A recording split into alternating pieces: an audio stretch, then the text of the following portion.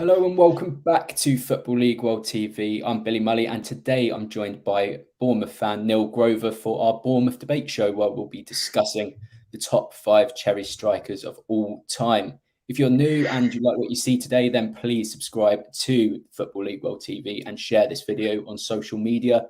Also, if you'd like to send Neil any questions about any of his picks or want to select any of your own, then also use the comment section below and we'll get them read out. First of all, Neil, how are you doing today? Yeah, really well, thank you. Thank you for having me on. How are you doing yourself? Doing well, thank you. I'm looking forward to getting into this. Obviously, you're the expert here, and I'm looking forward to hearing all these choices and the rationale behind it. But without further ado, let's go on to the first one.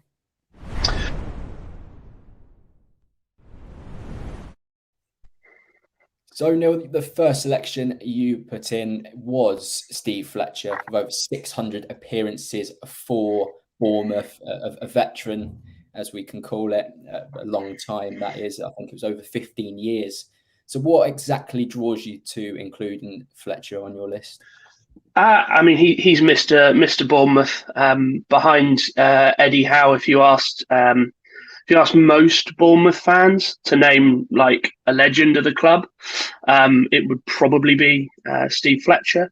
He's still with the club now, in various roles. He's moved around, but I think purely from like a striker's point of view, over his 600 odd appearances, he's scored about 100 goals. So perhaps not the most prolific striker. So in total in the Football League, 725 appearances, 114 goals. But I think some of the goals he did score were arguably some of the most important goals in the entire history of AFC Bournemouth.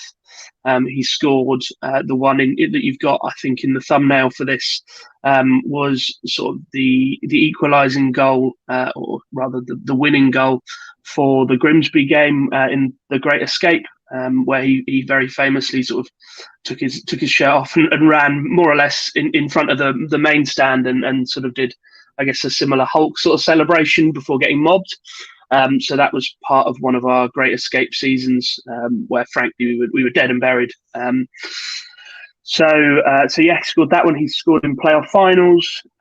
He's also the first and I believe still the only player to have a stand named after him while he's still playing at the football club.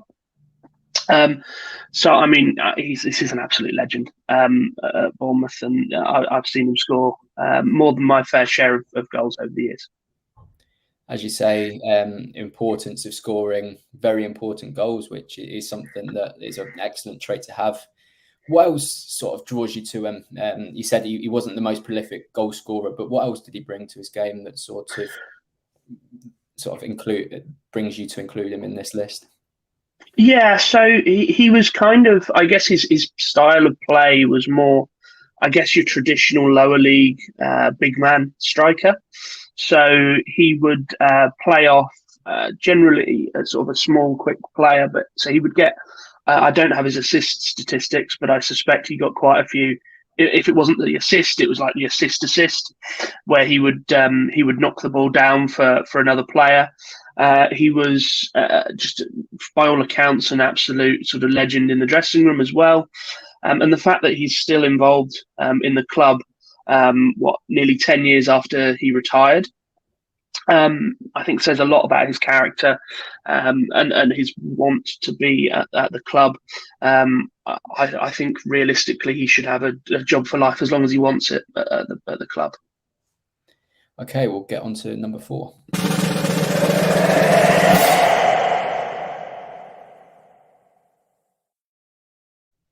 So number 4 is a name that is still operating in the Premier League today, and that is Callum Wilson, signed in 2014 from Coventry City. When you first signed him, what were the initial thoughts? Did you feel like you've sort of secured a gem in that kind of respect, or did you feel that he had a lot to prove in that sort of respect?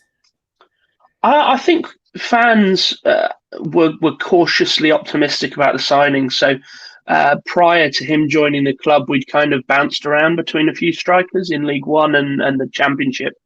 We'd just gone up to the Championship when we signed him, from memory. So it was very much a case of looking to kick on We had prior to him, we had, as I said, a couple of like little strikers that did bits and bobs.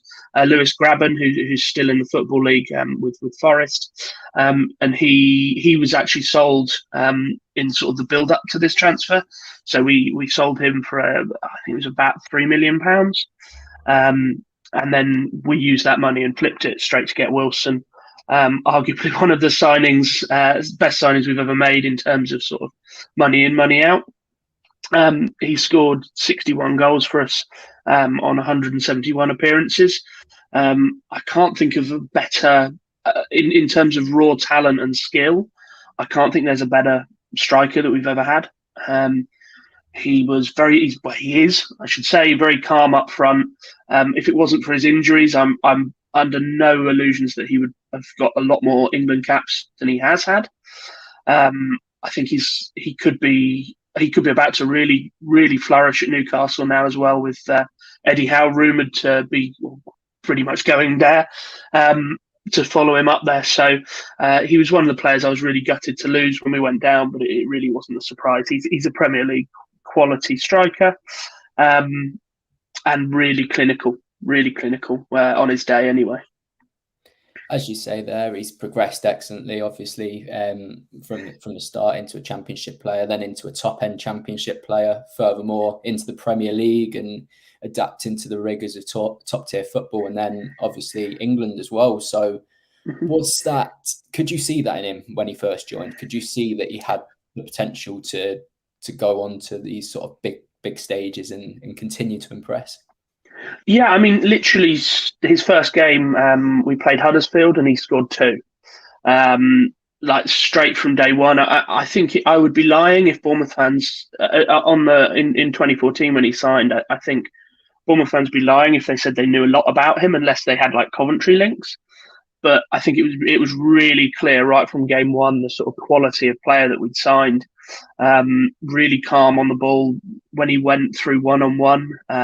Prior to Wilson signing Grabban, while he was a decent enough striker for us, you'd quite often hear Bournemouth fans joking that he couldn't finish one-on-one. Wilson was the complete opposite. As soon as he sort of went through, he would score probably 80% of the time, which is pretty much everything you want of certainly of our style of football at the time. That was very sort of fluid and involved a lot of pace in attack. So yeah, it was right there from day one. In the Championship, I think one of the when we went up against Bolton and he finally scored, the commentator on Sky said, well, it wouldn't have been a Bournemouth day without him getting involved. He tore the Championship apart that year. Certainly, I remember that well, watching Wilson and how he progressed. It was certainly an extraordinary story, and then adapting to the Premier League as he did was also equally as good to watch. We'll get on to the third choice.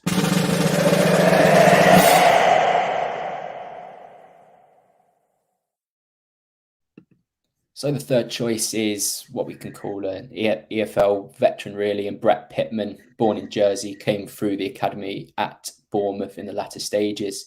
So what exactly draws you to Brett Pitman? Obviously, another important scorer of goals throughout the years at different levels. Yeah, exactly that. So he has done it time and time again. He's had 3 spells at the club, if you include a loan spell. He was instrumental in all of the promotions that we had in the EFL.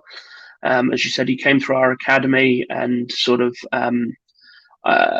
came in from a young age. He's one of those players that you sort of ask Bournemouth fans and they feel like he should be a lot older than he is, because he was playing for us. I think he can't have been much more than sort of 16, 17 when he first played for us.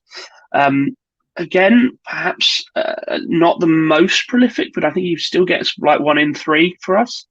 He just sort of really gelled with what we were doing. And then when we brought him back in sort of 2012, so that was in League One, it was very much that really felt like the catalyst from us moving from that sort of League One, I guess, perennial team that we were historically, moving us up, and it really kicked us on. I think perhaps the only thing I would have said is it was a shame we didn't get to see him in the Premier League. I think in that first season he would have done more than the job and scored, and then we'd have had our own striker that scored in every division. But in terms of an EFL striker, he's scored in every division with a number of clubs everywhere he's gone. Just looking at his statistics, even since he's left us, he's always done reasonably well. 1 in 3, sometimes a little bit better than that. But yeah, he's really sort of everything you'd want in a striker. Perhaps accused of being a bit lazy at times, but I think that was more he could read the game, so he wasn't a pacey striker. He was a finisher, but he always ended up in the right place so that you knew that he would then rely on his finishing ability. But I would still point out to any fan that thinks he's lazy, look up our victory over Fulham in the year we went up, and he scored from our half. He ran through the entire Fulham defence to score. Yes, make sure to have a little look at that if you are thinking along those lines.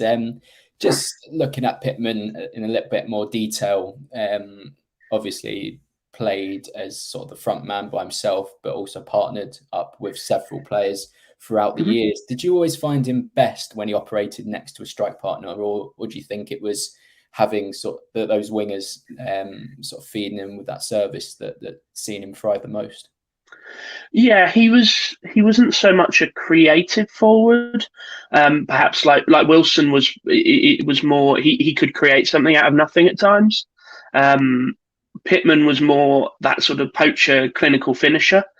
He did actually very well alongside Fletcher. So what I was sort of mentioning is earlier was Fletcher would sort of knock it down for him, and then Pitman would run in and finish up. So that was really where he excels. I suspect that's why he's aged quite well. Like he's 34 in January, and he seems to still be scoring for Bristol Rovers. So that sort of style of play tends to age quite well because you don't need to run. But yeah, I think he always did better when he wasn't on his own. Well, all Bournemouth fans, do you agree so far? Are there any selections that you particularly agree with? Get your comments in. And of course, if you've got any others that we haven't spoken about so far, make sure to get those in. But we'll move on to the next one.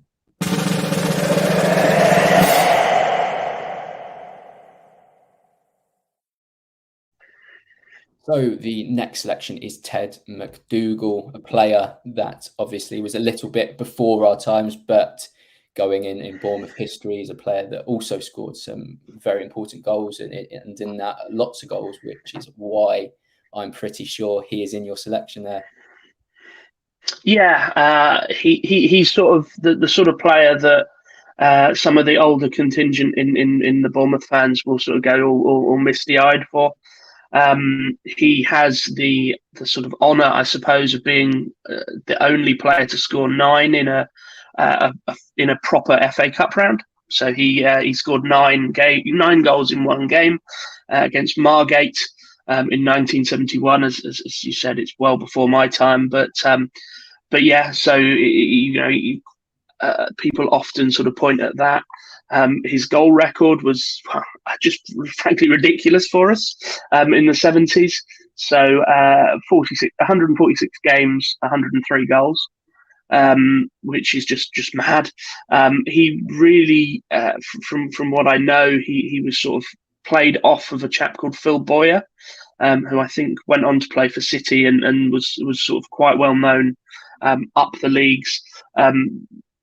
Ted McDougall himself did go on to play in the sort of Division 1 at the time for Man United, West Ham, and Norwich, and so very, very well known up and down the leagues. But I think realistically, just looking at his statistics, Bournemouth is where he really did the best. Almost not far off a goal a game. Even back then, it's just ridiculous, to be honest. Definitely, yeah. As you say, it's the first name here that we've proper considered a prolific goal scorer. The ones before obviously scored some very important goals and lots of goals, but I think Ted McDougall, just solely looking at his stats, very, very impressive. And I think it was only a 3-year spell, his first spell at the club.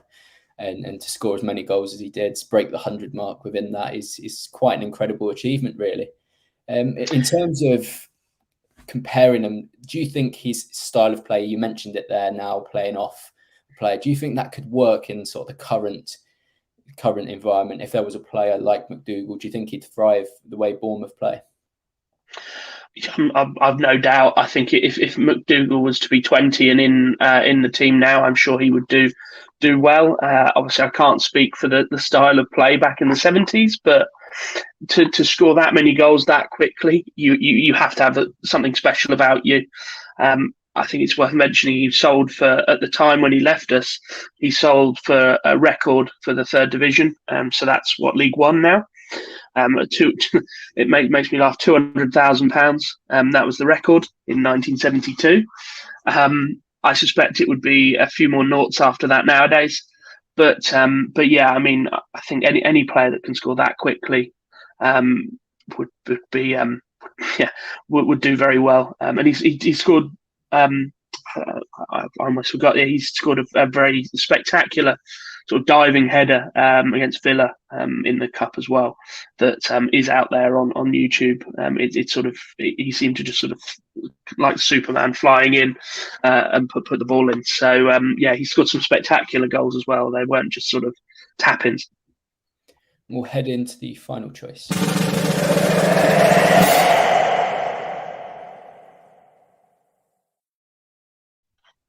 So the final choice that you sent in earlier was James Hayter. Just looking about him earlier, about his career, what he went on to do, and in general what he'd done in his Bournemouth career. Quite incredible, really. Broke the record for the fastest hat-trick, 2 minutes 21. So that is a very, very impressive record. And what else is it that's drawn you to James Hayter? So I guess a similar vein to Pitman in that the period of that he was at the club was real tumultuous time. So from sort of the late 90s to the late 2000s, that was a difficult time for Bournemouth as a football club. There was some joy for sure. He was also in playoff finals. Where we beat Lincoln, as you said, the fastest Football League hat trick at sort of 160 seconds. That actually was the sort of anniversary of that was fairly recently, I think. 24th of February. So yeah, that was good. And he's just one of those players that he came through the academy. He really sort of did more than what we needed him to do at a time where we couldn't sign anyone. And he's still got 1 in 3, nearly just shy of 100 goals for the club. Anyone like that, I think, needs to be on a list of, really strong contenders for best strikers out there for the specific club. And then he continued to do sort of similar, up and down the Football League for the last for the next 10 years after that, before finally sort of dropping into the non-league and retiring. But yeah, so yeah, he was. I think he just needs to be on the list for the fastest hat trick. Any records like that we have as well. Definitely. Well, we'll come on to a couple of honourable mentions.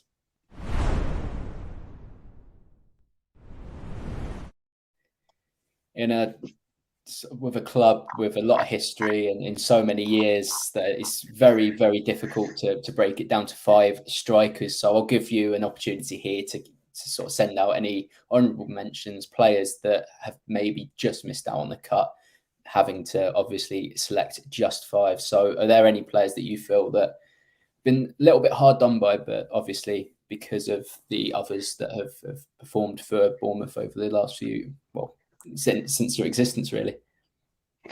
Yeah, I think that the one that stands out, and the reason I didn't include him in the list was because the sort of spell that springs to mind, he was on loan with us with Jermaine Defoe. So he managed to go on an absolutely ridiculous scoring run with us when he was on loan with us, which was back in 2000. He scored 10 in a row in terms of 10 consecutive goals he scored in 10 consecutive games. I mean, that's just a ridiculous scoring record. I'm not sure if that's been beaten yet. Off the top of my head, I suspect it may well have been. I think Vardy did it, but I'm not sure in the Football League. And then he did come back to us, less prolific, and it was sort of on the tail end of his career. I know he's still going at Rangers. He did score perhaps one of the most spectacular goals I've seen live at Crystal Palace away, where he sort of just lifted it over the keeper from sort of 18 yards out. But, went on to play for England. I don't need to sell Jermaine Defoe as sort of a legendary striker, really, but I think he needs a mention for 10 in a row. And then perhaps the other one that I didn't sort of think about prior would be someone like Jan Kermorgant. Again, an absolute EFL legend. I think he was one of the big reasons we went up and made it to the Premier League. So I think he's worth an honourable mention as well. Certainly. And one name I'm going to put out there solely because he's your current option at the moment, Dominic Solanke. Obviously, got a long way to prove himself and to get in contention, basically, of a top 5 list like this. But do you think he's got the potential to get there? And if he does stay for a few years, what exactly do you think he can achieve at Bournemouth? Yeah, it's a difficult one. Had you asked me that 2 seasons ago, I think a lot of fans regarded him. I think flop is a bit harsh. I mean, he's only 24 now. So we were judging a player that was 21, 20, and had just been sold for quite a large sum of money. I don't think it was as large as people often like to wheel out when they're talking about our transfers. I suspect it was very heavily claused, and I doubt he hit very many of those. But he's now really showing that sort of class that both Chelsea and Liverpool saw in him. So a lot of players, when they're talking about Solanke, like a lot of the coaches say that he was one of the natural finisher. He always knew where the goal was. He was one of the standout players from what I've been told when England won the under-21s championship. So he did very well at that level, and I think we're now seeing him really blossom in the championship.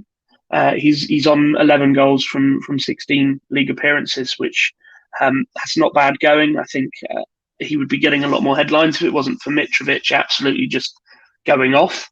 But that's not all he does. He really holds up play, acts as sort of a foil to let our wingers get in, which we saw last year with Dan Juma.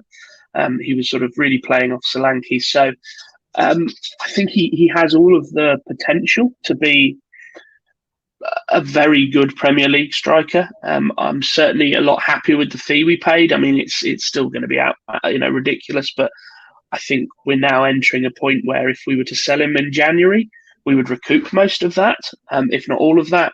So yeah, I think he has all the potential to be a very good striker, and perhaps not a fantastic one, but we'll see. I think there's a lot more to come from him. Certainly there. Yeah, you said that it's 11 goals in 16 games, a goal every 129 minutes, which is very, very good at this stage of the season.